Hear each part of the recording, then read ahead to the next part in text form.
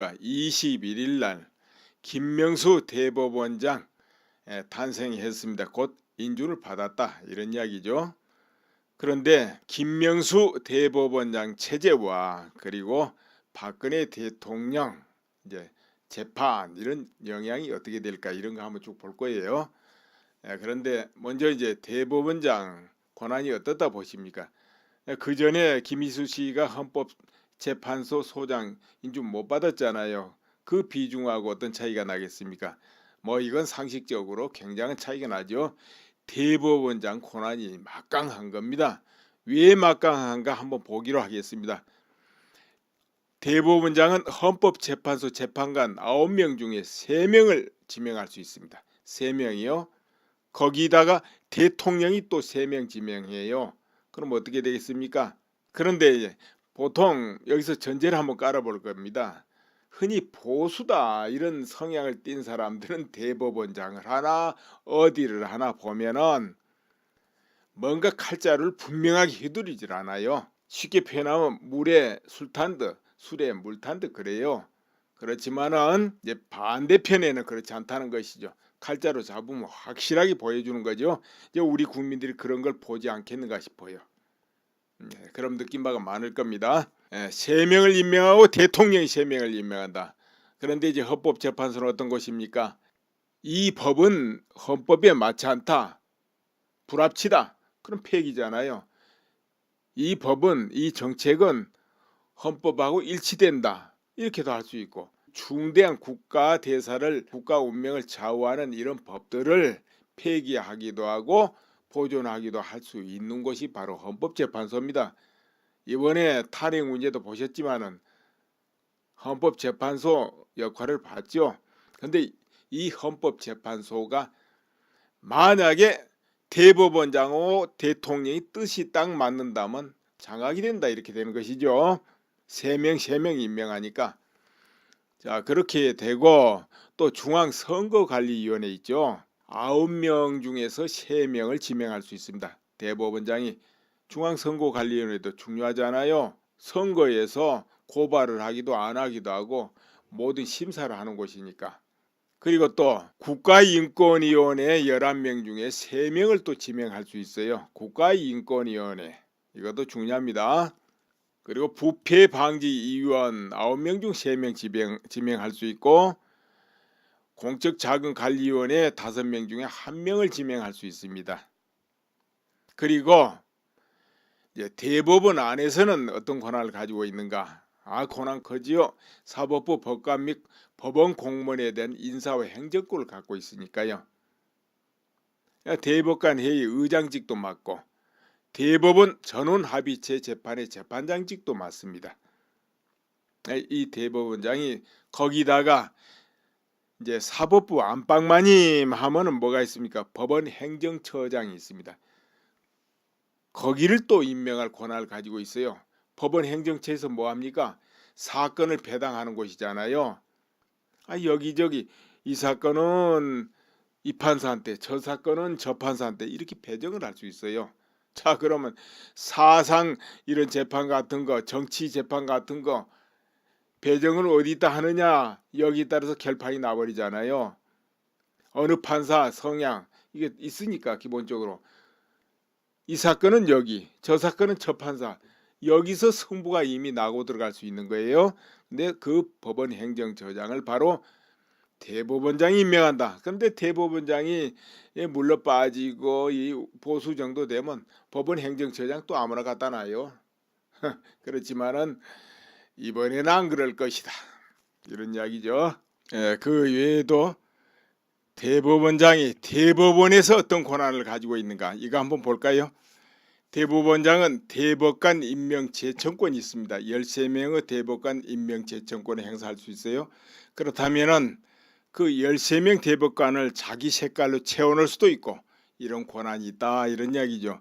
그리고 법관 임명권이 있습니다. 법관 임명권.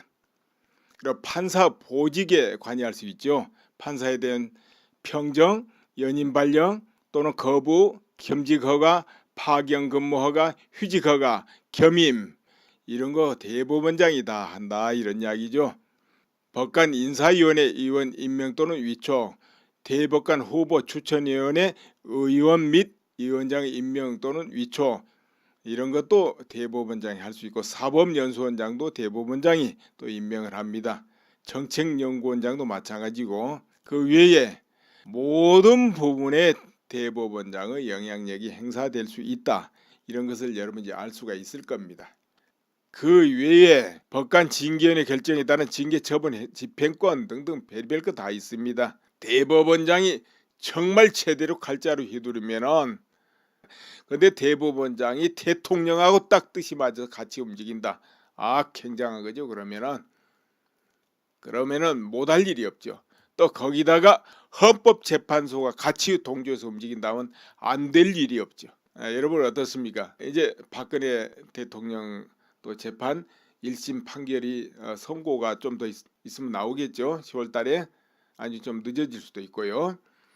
그리고 홍준표 대표도 대법원 또 판결 앞두고 있고 뭐 여러 가지 걸려 있습니다. 그렇다면은 박근혜 대통령이 대법원까지 갔다 할 때 어떤 일이 벌어질까요? 그때 그 시점의 분위기가 이제 국민적인 정치 어떤 분위기 이런 것이 확 변해가지고 여론이 굉장히 달라진다.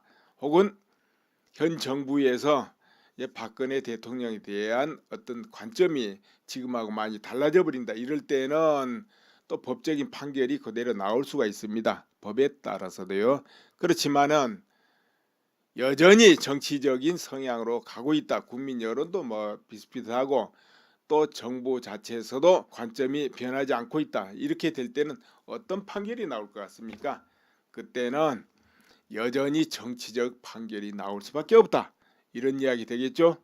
그러면 어려워지겠죠? 이제 법대로 어떤 그 냉정한 판단이 나온다면 기대를 해볼 수 있게 됩니다. 그러나 그런 상황이 안 될 때는 어렵다. 이렇게 돼버리겠죠. 대법원까지 가려면 아직도 많은 날이 걸립니다. 이제 그때쯤이면은 국민 여론도 지금하고는 다를 거예요. 많이 바뀌어 있을 거예요. 이제 많이 변해 있을 것인데, 그러나 이제 정치적인 이해관계 그런 계산은 조금 그거하고 다른 부분이죠. 같이 국민 여론하고 갈 수도 있고 가지 않을 수도 있고 이런 부분이 있습니다. 여전히 홍준표 대표도 거기에 해당할 것이고 모두 앞으로 다 그렇게 해당된다 이런 이야기죠.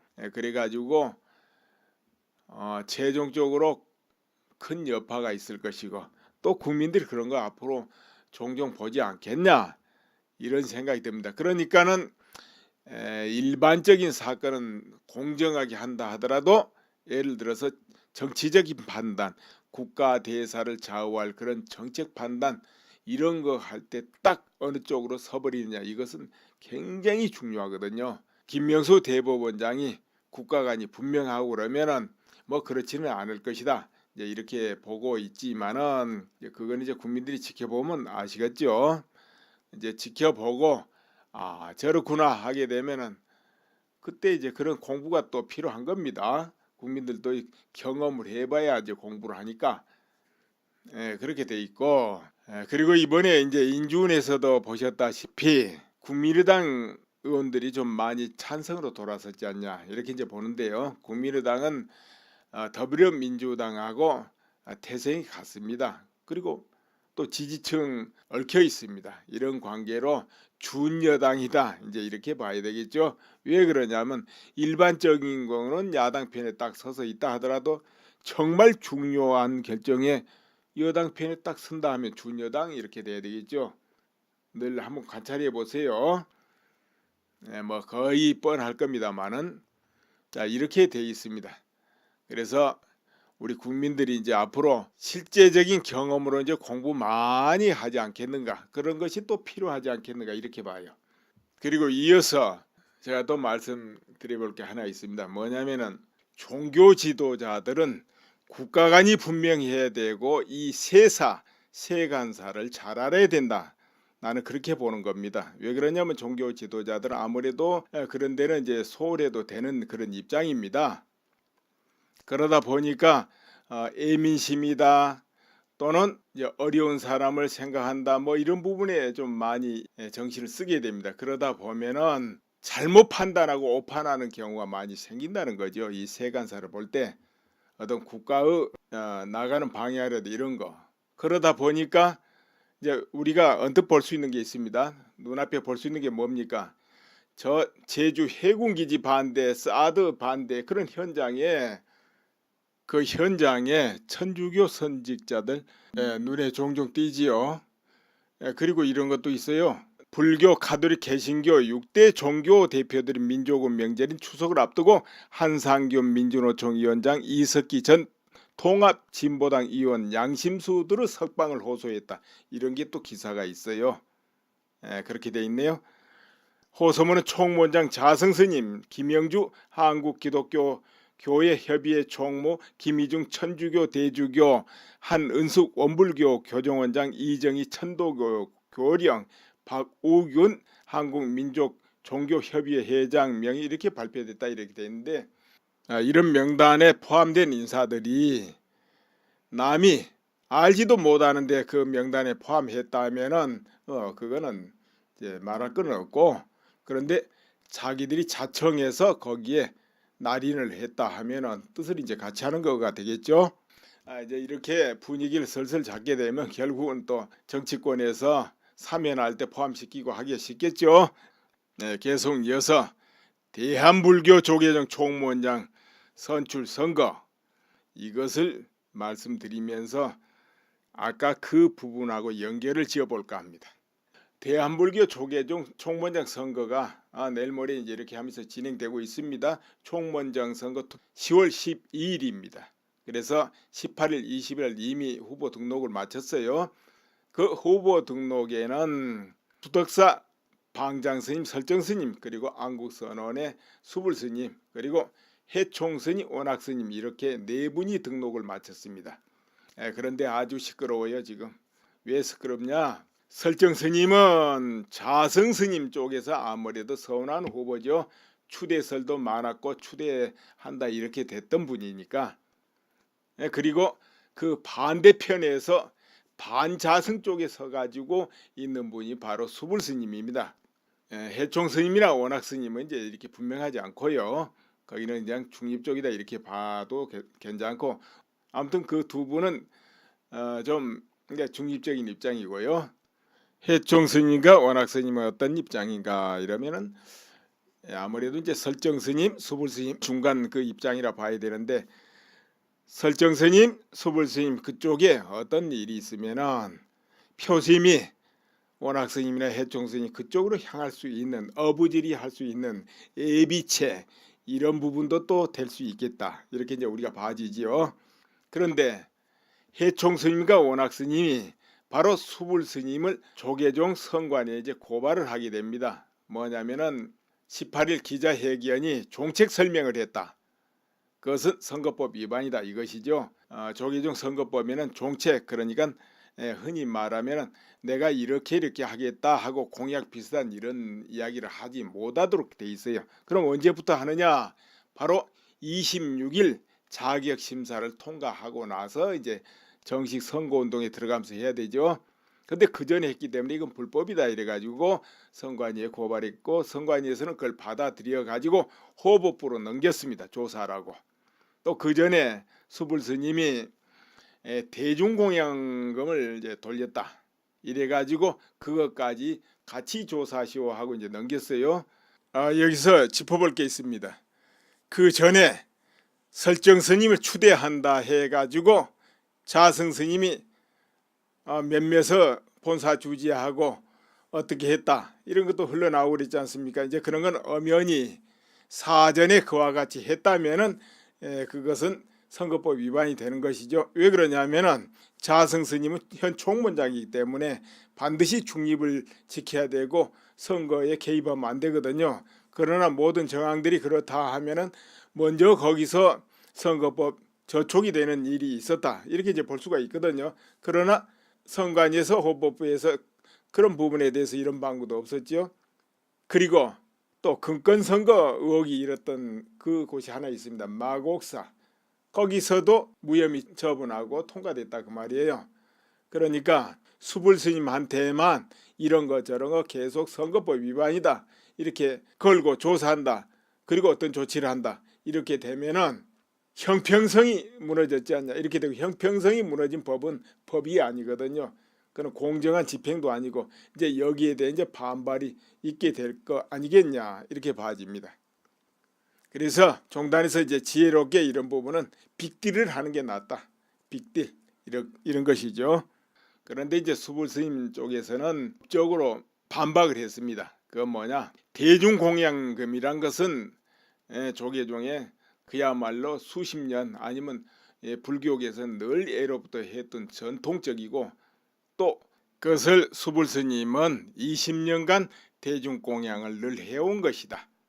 이것이죠. 새삼스럽게 이번에만 그렇게 한 게 아니고, 그리고 종원종법을 들어서 반박을 했네요.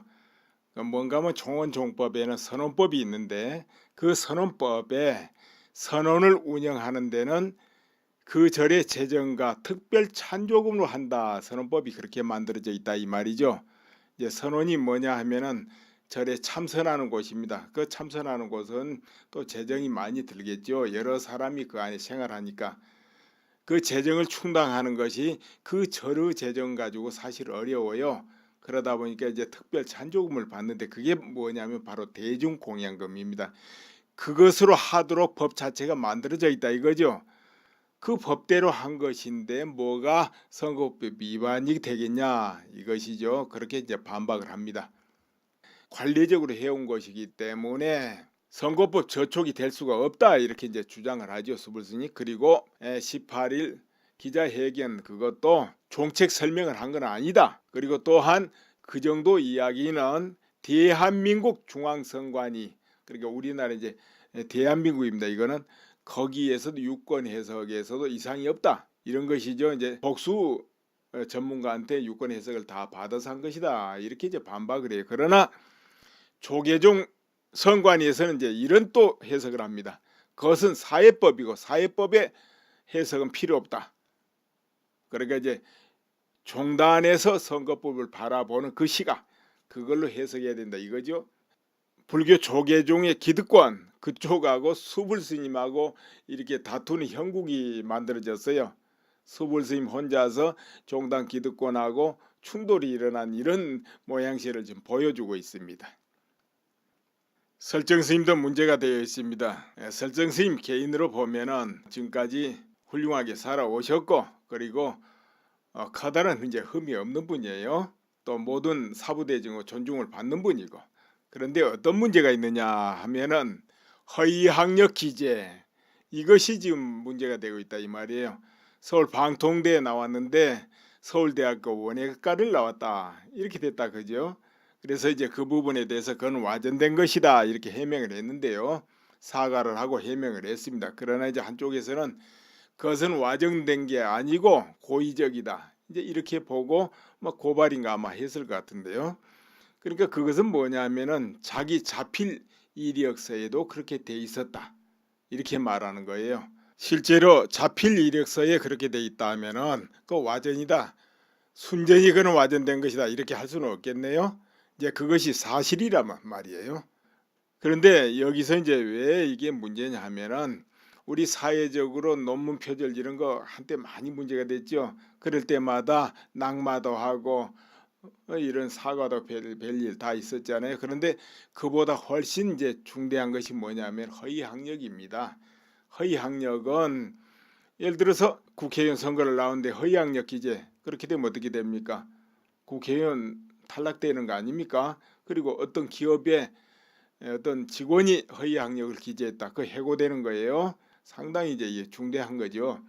그런데 왜 그 허위학력 그 기재를 했냐 이거죠. 열심히 그냥 그렇게 존경스럽게 살아온 분인데, 물론 어떤 사연이 있긴 있는지 모르지만은 아무튼 또 그리고 이런 게 있어요. 절에서는 출가를 해가지고 머리를 깎고 행자가 되면은 그 순간에는 자기 사회의 지위가 있던 학력이든 모두 내려놓는 거예요. 한마디로 마음에서 지운다 이 말이에요. 사회에서 지위가 굉장히 높았던 어떤 상황이라도 몽땅 내려놓고 또 크게 인정을 안 해줍니다. 사회권은. 절 분위기는 사회의 어떤 경력이라든가 그런 부분에 인정을 안 해요. 예로부터 그런 어떤 전통이 있습니다. 그런데 왜 그 학력 부분을 이렇게 키우냐? 이렇게 문제가 생기는 것이죠.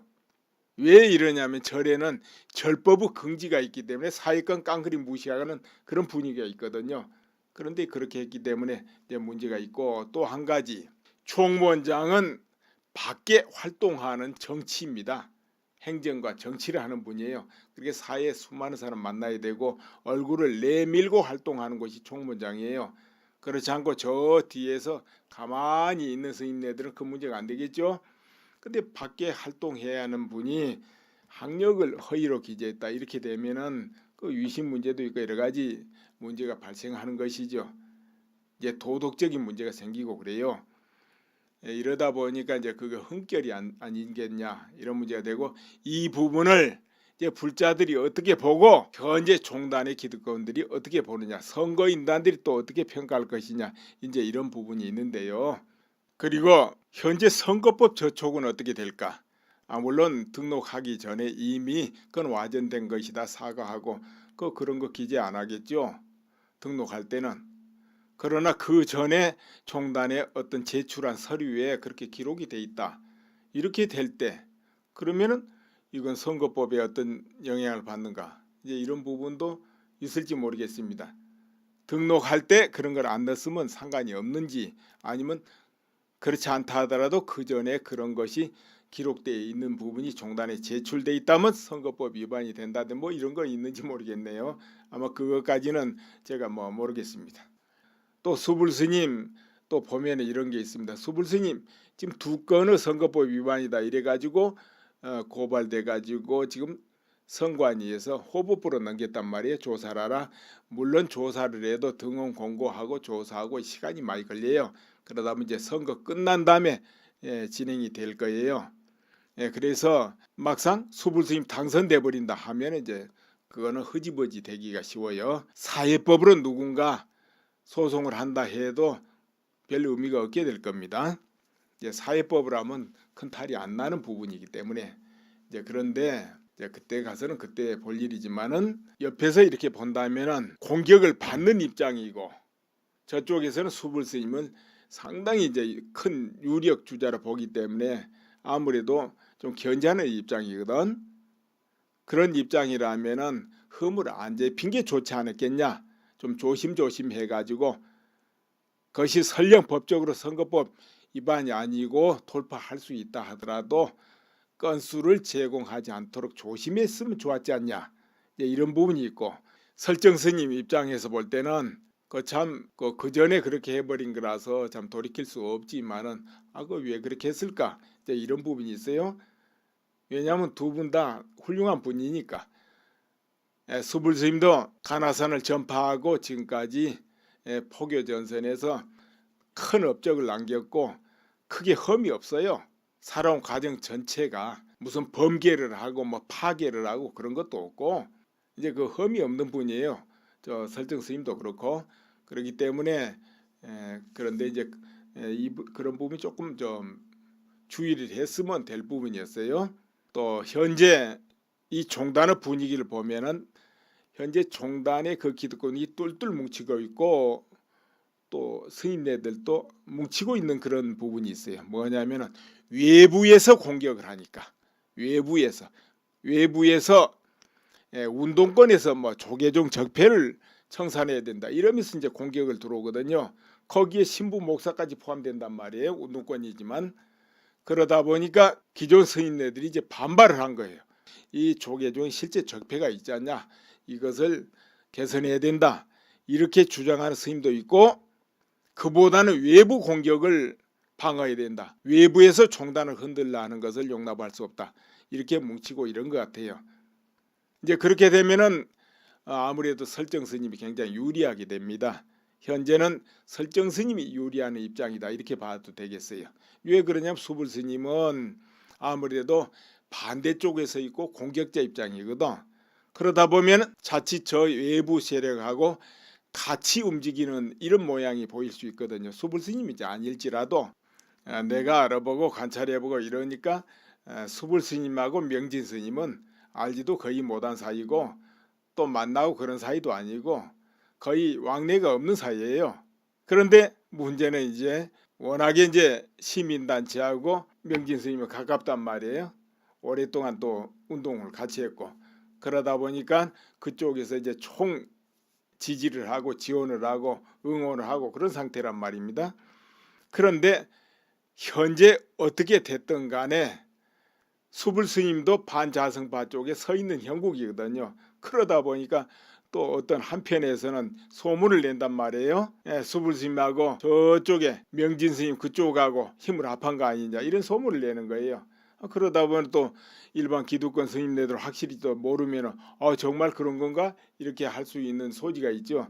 그러니까 이제 수불 스님이 굉장히 그런 부분에 이제 주의 안 하겠습니까?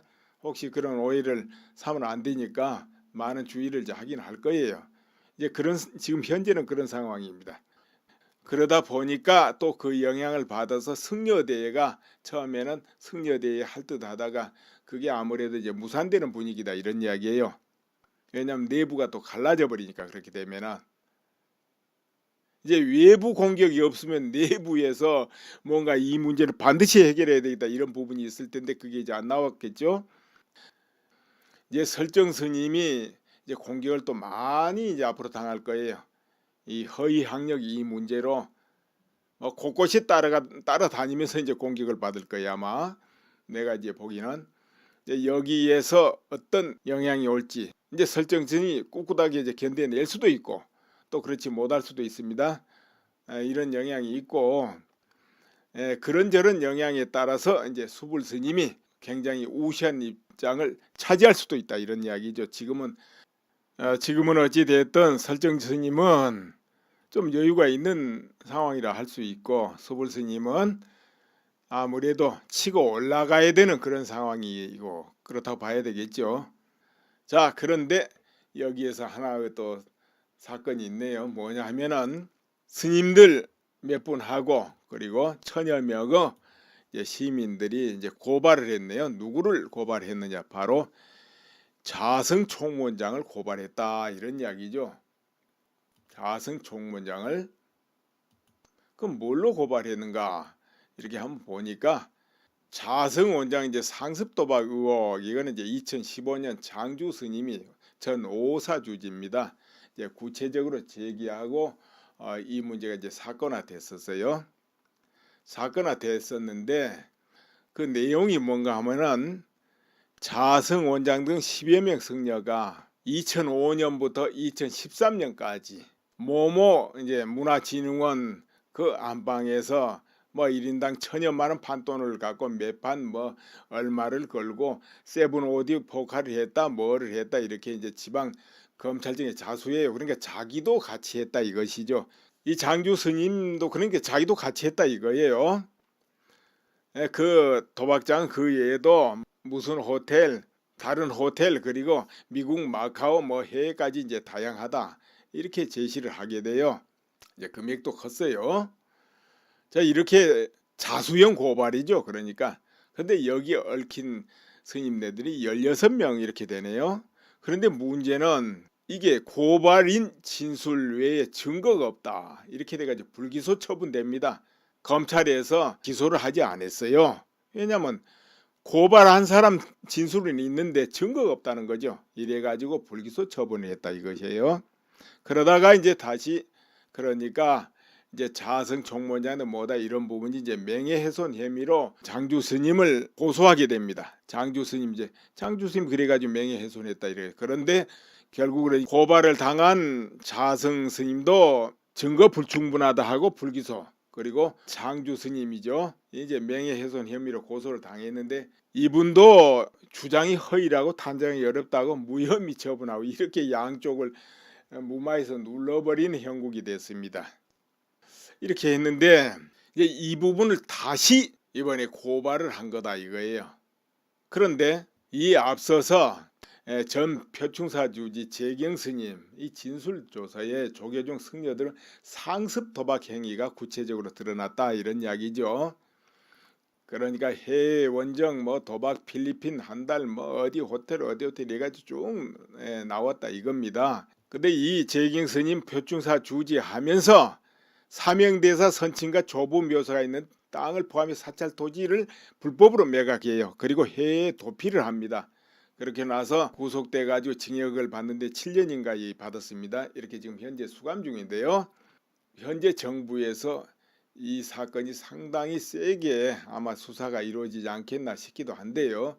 어찌됐든 이런 것이 모두 사실이라면 정말 이건 심각한 것이고 이건 반드시 근절돼야 된다. 이렇게 이제 봐집니다. 이건 반드시 근절돼야 된다.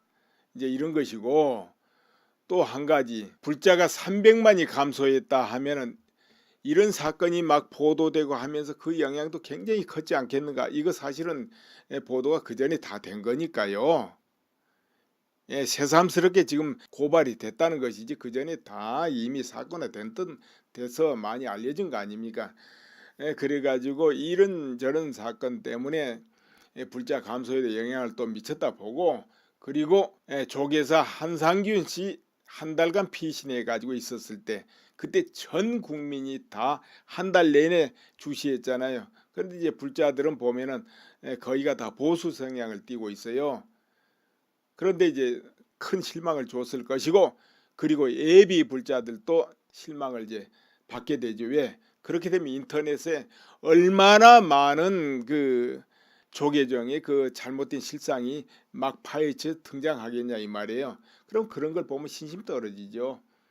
아무튼 이런 거 저런 거 작용해서 300만 물자가 줄었지 않냐 이렇게 봅니다.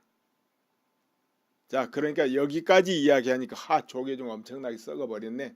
여러분 이제 그렇게 하실 수 있는데요. 불자들이라면 통분할 일이고 일반 국민들도 이걸 어떻게 보겠습니까? 그런데 이것이 이제 사실이라 하더라도 극히 일부 정치승들 간에 일어난 일이다. 이렇게 대다수 스님네들하고는 상관이 없는 일이다. 이제 이렇게 봐야 된다. 이 말씀을 드리고 싶고요.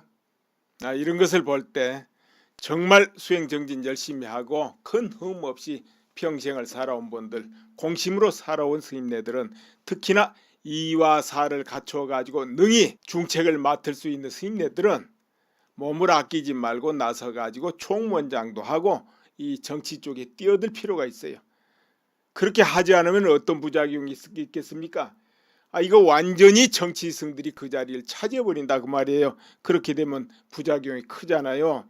그렇기 때문에 정말 존중받고 신뢰를 받을 수 있는 스님네들이 몸을 아끼고 나는 그런 거 싫어. 나는 욕심이 없어. 그런데 나가서 내 몸 물들기 싫어. 이렇게 하고 뒤로 빠지면 안 된다. 이런 이야기죠. 그렇게 본다면 설정 스님이나 수불 스님 나가서 몸을 던질라는 거 이런 것은 박수를 받아도 돼요. 그런데 나간다고 해서 저 스님네들이 뭔 욕심으로 또 저런 자리에 나갈라 하나. 왜 정치를 욕심내나 이렇게 욕하고 하면 안 된다 이런 이야기예요. 그렇게 돼버리면 그 자리에 어떤 사람이 가서 차지하겠는가 이런 걸 생각해 봐야 됩니다. 그렇기 때문에 다소 험이 있다 하더라도 정말 전체적으로 열심히 살아오고 공심으로 살아왔다. 또 능력이 있다. 이러면은 너무 험을 가지고 물고 뜯고 하면 안 된다는 것이죠. 너무 깨끗한 거 찾다 보면은 세상에 사람이 없게 돼요. 또 그리고 아무 흠결도 없다 하면은 거의가 무능력입니다. 이와 사이 어두워요. 그런 경우는 또 중책을 맡으면 안 되죠. 오늘은 불교 스님네들에 대해서 이모저모 말씀드리니까 참 부정적으로 많이 느껴졌을 것입니다. 그런데 그 이전에 천주교든 기독교든 수많은 그런 어떤 이런저런 사연들이 많이 전해지잖아요. 그러니까 일반적으로 뭐 대동소이하고 어떤 곳은 더 심한 곳이 훨씬 많죠. 또는 안에는 굉장히 심한데 겉으로는 딱 포장되어 있는 곳도 있고 그래요. 그런데 이제 이 조계종 스님네들은 워낙에 이제 자유롭고 분방하기 때문에 감춰진 거에 비해서 드러난 것이 훨씬 크지요. 그러니까 어떻게 보면 겉보기보다는 굉장히 이제 깨끗할 수 있는 그런 바탕을 가지고 있다. 이렇게 이해하시면 거의 틀림없을 겁니다. 나는 그렇게 또 봐져요. 내가 그 이유에 대해서는 더 이상 말씀 안 드리겠는데요. 아무튼 이런 거 저런 거 종교계 그러니까 불교가 됐든 기독교가 됐든 천주교가 됐든 모두 성직자들은 깨어나야 된다. 그리고 분명한 국가관을 가지고 그리고 이제 되도록이면 험이 없어야 된다 이런 이야기고 또 험이 너무 많으면 나가지 말아라. 정치 좋지만 높은 위치는 가지 말아라 이것이고요. 그리고 성직자는 국가관이 투철해야 된다. 이런 부분에 대해서 이제 말씀을 드렸습니다. 이런 것이 확 변해가지고 여론이 굉장히 달라진다. 혹은 현 정부에서 이제 박근혜 대통령에 대한 어떤 관점이 지금하고 많이 달라져 버린다. 이럴 때는 또 법적인 판결이 그대로 나올 수가 있습니다. 법에 따라서도요. 그렇지만은 여전히 정치적인 성향으로 가고 있다. 국민 여론도 뭐 비슷비슷하고 또 정부 자체에서도 관점이 변하지 않고 있다. 이렇게 될 때는 어떤 판결이 나올 것 같습니까? 그때는 여전히 정치적 판결이 나올 수밖에 없다. 이런 이야기 되겠죠? 그러면 어려워지겠죠? 이제 법대로 어떤 그 냉정한 판단이 나온다면 기대를 해볼 수 있게 됩니다. 그러나 그런 상황이 안 될 때는 어렵다 이렇게 돼버리겠죠. 대법원까지 가려면 아직도 많은 날이 걸립니다. 이제 그때쯤이면은 국민 여론도 지금하고는 다를 거예요. 많이 바뀌어 있을 거예요. 이제 많이 변해 있을 것인데 그러나 이제 정치적인 이해관계 그런 계산은 조금 그거하고 다른 부분이죠. 같이 국민 여론하고 갈 수도 있고 가지 않을 수도 있고 이런 부분이 있습니다. 여전히 홍준표 대표도 거기에 해당할 것이고 모두 앞으로 다 그렇게 해당된다 이런 이야기죠.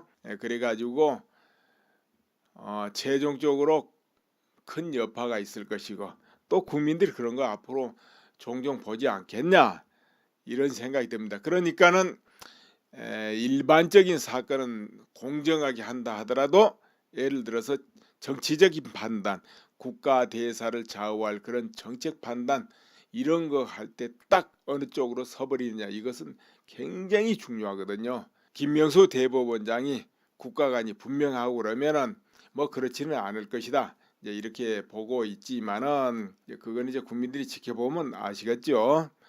이제 지켜보고 저렇구나 하게 되면은 그때 이제 그런 공부가 또 필요한 겁니다. 국민들도 경험을 해봐야 이제 공부를 하니까 그렇게 돼 있고 그리고 이번에 이제 인준에서도 보셨다시피 국민의당 의원들이 좀 많이 찬성으로 돌아섰지 않냐 이렇게 이제 보는데요. 국민의당은 더불어민주당하고 태생이 같습니다. 그리고 또 지지층 얽혀 있습니다. 이런 관계로 준여당이다 이제 이렇게 봐야 되겠죠. 왜 그러냐면 일반적인 거는 야당 편에 딱 서서 있다 하더라도 정말 중요한 결정에 여당 편에 딱 선다 하면 준여당 이렇게 돼야 되겠죠.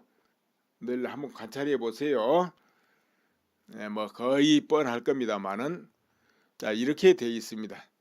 그래서 우리 국민들이 이제 앞으로 실제적인 경험으로 이제 공부 많이 하지 않겠는가 그런 것이 또 필요하고 그리고 천여 명의 이제 시민들이 이제 고발을 했네요. 누구를 고발했느냐 바로 자성 총무원장을 고발했다 이런 이야기죠.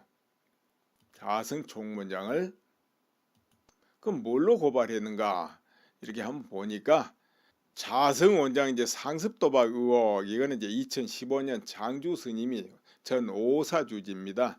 이제 구체적으로 제기하고 이 문제가 이제 사건화 됐었어요. 사건화 됐었는데 그 내용이 뭔가 하면은 자성 원장 등 10여 명 승려가 2005년부터 2013년까지 모모 이제 문화진흥원 그 안방에서 뭐 1인당 1,000여만 원 판돈을 갖고 매판 뭐 얼마를 걸고 세븐 오디오 포카를 했다 뭐를 했다 이렇게 이제 지방 검찰청에 자수해요. 그러니까 자기도 같이 했다 이것이죠. 이 장주 스님도 그러니까 자기도 같이 했다 이거예요. 그 도박장 그 외에도 무슨 호텔 다른 호텔 그리고 미국 마카오 뭐 해외까지 이제 다양하다 이렇게 제시를 하게 돼요. 이제 금액도 컸어요. 자 이렇게 자수형 고발이죠. 그러니까 근데 여기 얽힌 스님네들이 16명 이렇게 되네요. 그런데 문제는 이게 고발인 진술 외에 증거가 없다 이렇게 돼가지고 불기소 처분됩니다. 검찰에서 기소를 하지 않았어요. 왜냐하면 고발한 사람 진술은 있는데 증거가 없다는 거죠. 이래가지고 불기소 처분을 했다 이것이에요. 그러다가 이제 다시 그러니까 이제 자성 총무자는 뭐다 이런 부분이 이제 명예훼손 혐의로 장주 스님을 고소하게 됩니다. 장주 스님 그래가지고 명예훼손했다 이래. 그런데 결국은 고발을 당한 자성 스님도 증거 불충분하다 하고 불기소. 그리고 장주 스님이죠. 이제 명예훼손 혐의로 고소를 당했는데 이분도 주장이 허위라고 탄정이 어렵다고 무혐의 처분하고 이렇게 양쪽을 무마해서 눌러버리는 형국이 됐습니다. 이렇게 했는데 이제 이 부분을 다시 이번에 고발을 한 거다 이거예요. 그런데 이에 앞서서 전 표충사 주지 재경 스님 이 진술 조사에 조계종 승려들은 상습 도박 행위가 구체적으로 드러났다 이런 이야기죠. 그러니까 해외 원정 뭐 도박 필리핀 한 달 뭐 어디 호텔 해가지고 쭉 나왔다 이겁니다. 근데 이 재경 스님 표충사 주지하면서 사명대사 선친과 조부 묘소가 있는 땅을 포함해 사찰 토지를 불법으로 매각해요. 그리고 해외에 도피를 합니다. 그렇게 나서 구속돼 가지고 징역을 받는데 7년인가 받았습니다. 이렇게 지금 현재 수감 중인데요. 현재 정부에서 사건이 막 보도되고 하면서 그 영향도 굉장히 컸지 않겠는가. 이거 사실은 보도가 그 전에 다 된 거니까요. 새삼스럽게 지금 고발이 됐다는 것이지 그 전에 다 이미 사건화 돼서 많이 알려진 거 아닙니까? 그래가지고 이런저런 사건 때문에 불자 감소에도 영향을 또 미쳤다 보고 그리고 조계사 한상균 씨 한 달간 피신해 가지고 있었을 때 그때 전 국민이 다 한 달 내내 주시했잖아요. 그런데 이제 불자들은 보면은 거의가 다 보수 성향을 띠고 있어요. 그런데 이제 큰 실망을 줬을 것이고 그리고 예비 불자들도 실망을 이제 받게 되죠. 왜? 그렇게 되면 인터넷에 얼마나 많은 그 조계종의 그 잘못된 실상이 막 파헤쳐 등장하겠냐 이 말이에요. 그럼 그런 걸 보면 신심 떨어지죠. 아무튼 이런 거 저런 거 작용해서 삼명반 불자가 줄었지 않냐 이렇게 봅니다. 자, 그러니까 여기까지 이야기하니까 조계종 엄청나게 썩어버렸네. 여러분 이제 그렇게 하실 수 있는데요. 불자들이라면 통분할 일이고 일반 국민들도 이걸 어떻게 보겠습니까? 그런데 이것이 이제 사실이라 하더라도 극히 일부 정치승들 간에 일어난 일이다. 이렇게 대다수 스님네들하고는 상관이 없는 일이다. 이제 이렇게 봐야 된다. 이 말씀을 드리고 싶고요. 이런 것을 볼 때 정말 수행정진 열심히 하고 큰 흠 없이 평생을 살아온 분들, 공심으로 살아온 스님네들은 특히나 이와 사를 갖춰 가지고 능히 중책을 맡을 수 있는 스님네들은 몸을 아끼지 말고 나서 가지고 총무원장도 하고 이 정치 쪽에 뛰어들 필요가 있어요. 그렇게 하지 않으면 어떤 부작용이 있겠습니까? 이거 완전히 정치승들이 그 자리를 차지해버린다 그 말이에요. 그렇게 되면 부작용이 크잖아요. 그렇기 때문에 정말 존중받고 신뢰를 받을 수 있는 스님네들이 몸을 아끼고 나는 그런 거 싫어. 나는 욕심이 없어. 그런데 나가서 내 몸 물들기 싫어. 이렇게 하고 뒤로 빠지면 안 된다. 이런 이야기죠. 그렇게 본다면 설정 스님이나 수불 스님 나가서 몸을 던질라는 거 이런 것은 박수를 받아도 돼요. 그런데 나간다고 해서 저 스님네들이 뭔 욕심으로 또 저런 자리에 나갈라 하나. 왜 정치를 욕심내나 이렇게 욕하고 하면 안 된다 이런 이야기예요. 그렇게 돼버리면 그 자리에 어떤 사람이 가서 차지하겠는가 이런 걸 생각해 봐야 됩니다. 그렇기 때문에 다소 험이 있다 하더라도 정말 전체적으로 열심히 살아오고 공심으로 살아왔다.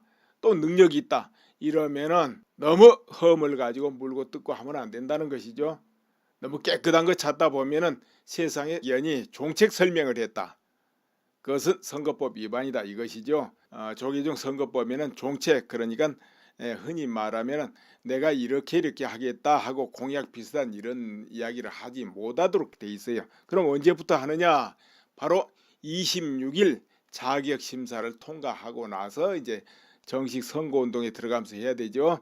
근데 그 전에 했기 때문에 이건 불법이다 이래가지고 선관위에 고발했고 선관위에서는 그걸 받아들여 가지고 호법부로 넘겼습니다. 조사하라고. 또 그 전에 수불 스님이 대중공양금을 이제 돌렸다. 이래가지고 그것까지 같이 조사시오 하고 이제 넘겼어요. 여기서 짚어볼 게 있습니다. 그 전에 설정 스님을 추대한다 해가지고 자승 스님이 몇몇을 본사 주지하고 어떻게 했다 이런 것도 흘러나오고 그랬지 않습니까? 이제 그런 건 엄연히 사전에 그와 같이 했다면은 그것은 선거법 위반이 되는 것이죠. 왜 그러냐면은 자승 스님은 현 총무장이기 때문에 반드시 중립을 지켜야 되고 선거에 개입하면 안 되거든요. 그러나 모든 정황들이 그렇다 하면은 먼저 거기서 선거법 저촉이 되는 일이 있었다 이렇게 이제 볼 수가 있거든요. 그러나 선관위에서 헌법부에서 그런 부분에 대해서 이런 방구도 없었죠. 그리고 또 금권선거 의혹이 일었던 그 곳이 하나 있습니다. 마곡사. 거기서도 무혐의 처분하고 통과됐다 그 말이에요. 그러니까 수불스님한테만 이런 거 저런 거 계속 선거법 위반이다 이렇게 걸고 조사한다. 그리고 어떤 조치를 한다. 이렇게 되면은 형평성이 무너졌지 않냐. 이렇게 되고 형평성이 무너진 법은 법이 아니거든요. 그는 공정한 집행도 아니고 이제 여기에 대해 이제 반발이 있게 될 거 아니겠냐 이렇게 봐집니다. 그래서 종단에서 이제 지혜롭게 이런 부분은 빅딜을 하는 게 낫다. 빅딜 이런 것이죠. 그런데 이제 수불스님 쪽에서는 적으로 반박을 했습니다. 그건 뭐냐? 대중공양금이란 것은 조계종에 그야말로 수십 년 아니면 불교계에서는 늘 예로부터 했던 전통적이고 또 그것을 수불스님은 20년간 대중공양을 늘 해온 것이다. 이것이죠. 새삼스럽게 이번에만 그렇게 한 게 아니고 그리고 종원종법을 들어서 반박을 했네요. 뭔가 하면 종원종법에는 선언법이 있는데 그 선언법에 선언을 운영하는 데는 그 절의 재정과 특별 찬조금으로 한다. 선언법이 그렇게 만들어져 있다 이 말이죠.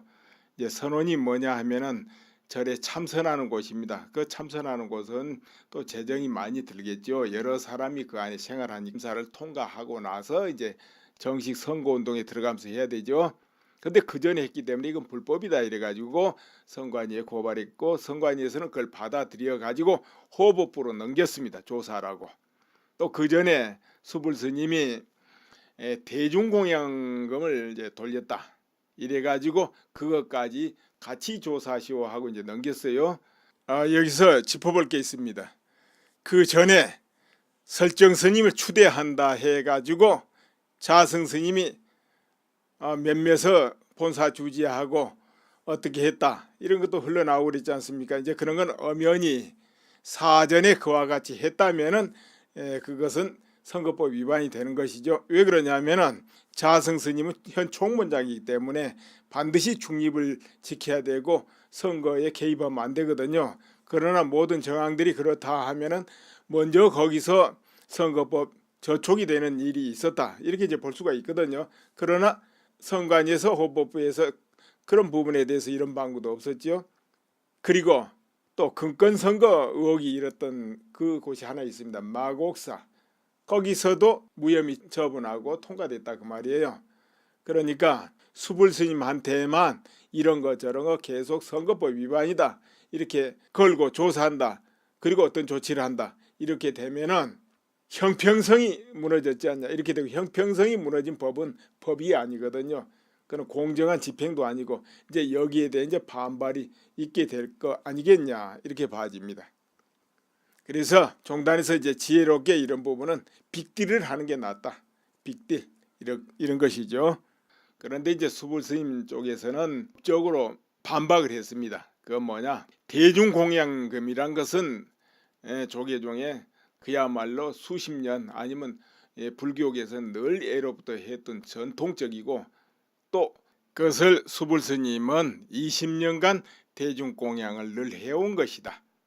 이것이죠. 새삼스럽게 이번에만 그렇게 한 게 아니고 그리고 종원종법을 들어서 반박을 했네요.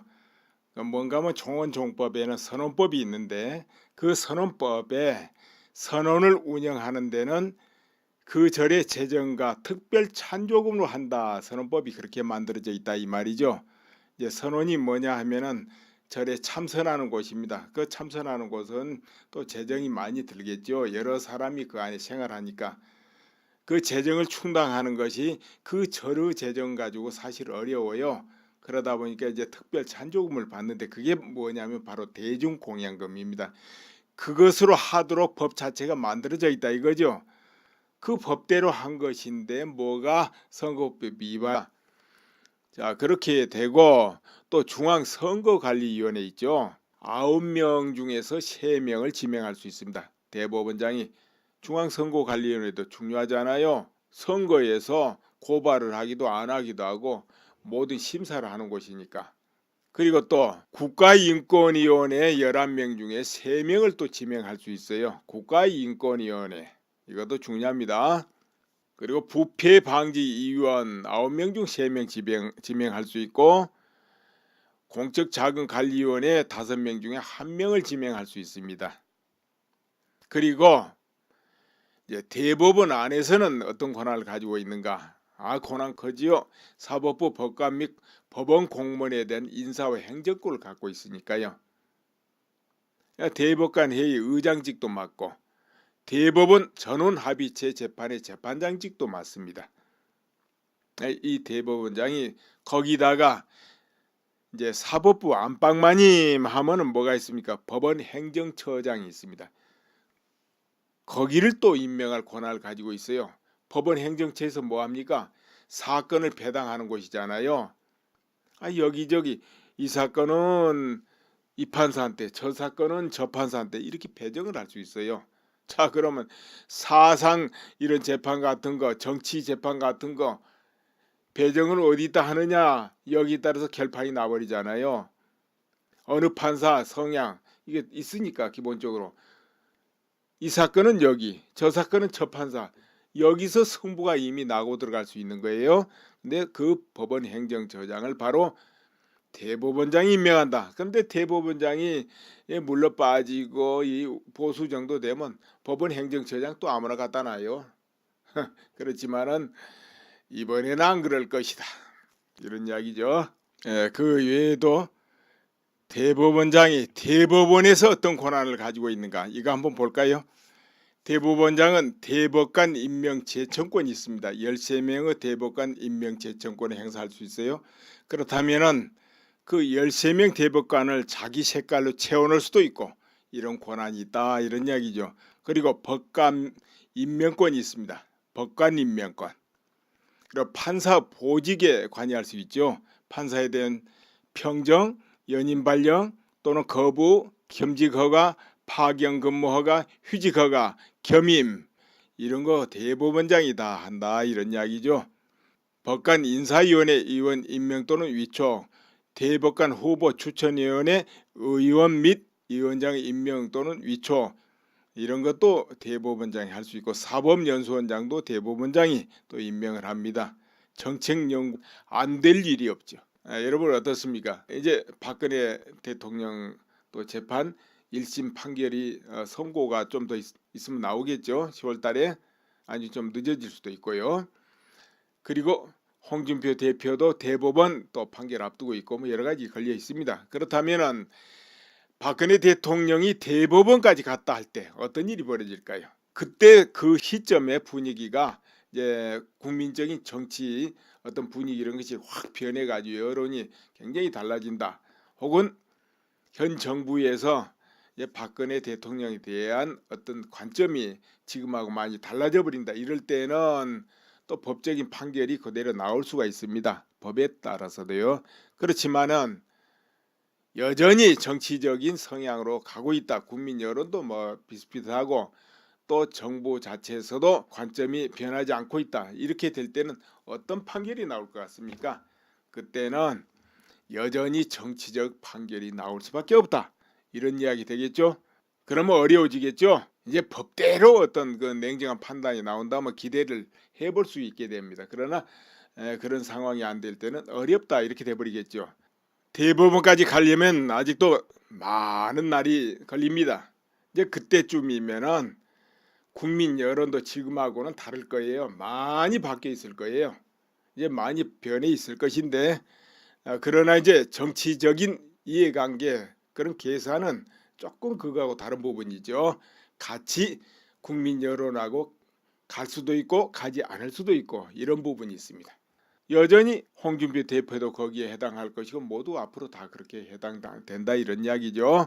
그래가지고 최종적으로 큰 여파가 있을 것이고 또 국민들이 그런 거 앞으로 종종 보지 않겠냐 이런 생각이 듭니다. 그러니까는 일반적인 사건은 공정하게 한다 하더라도 예를 들어서 정치적인 판단, 국가 대사를 좌우할 그런 정책 판단 이런 거 할 때 딱 어느 쪽으로 서버리느냐 이것은 굉장히 중요하거든요. 김명수 대법원장이 국가관이 분명하고 그러면은 뭐 그렇지는 않을 것이다. 이제 이렇게 보고 있지만은 그건 이제 국민들이 지켜보면 아시겠죠.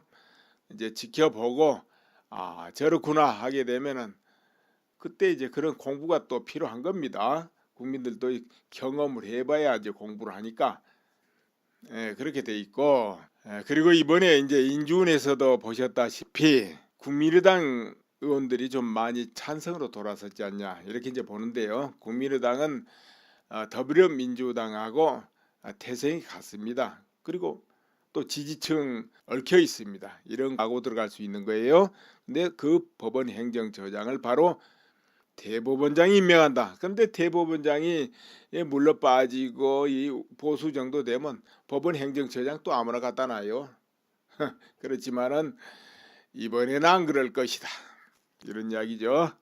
그 외에도 대법원장이 대법원에서 어떤 권한을 가지고 있는가 이거 한번 볼까요?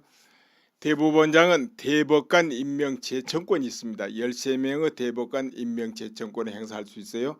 그렇다면은 그 13명 대법관을 자기 색깔로 채워넣을 수도 있고 이런 권한이 있다 이런 이야기죠. 그리고 법관 임명권이 있습니다. 법관 임명권. 그리고 판사 보직에 관여할 수 있죠. 판사에 대한 평정, 연임 발령 또는 거부, 겸직 허가, 파견 근무 허가, 휴직 허가, 겸임 이런 거 대법원장이 다 한다 이런 이야기죠. 법관 인사위원회 의원 임명 또는 위촉, 대법관 후보 추천위원회 의원 및 위원장 임명 또는 위촉 이런 것도 대법원장이 할 수 있고 사법연수원장도 대법원장이 또 임명을 합니다. 정책연구원장도 마찬가지고 그 외에 모든 부분에 대법원장의 영향력이 행사될 수 있다.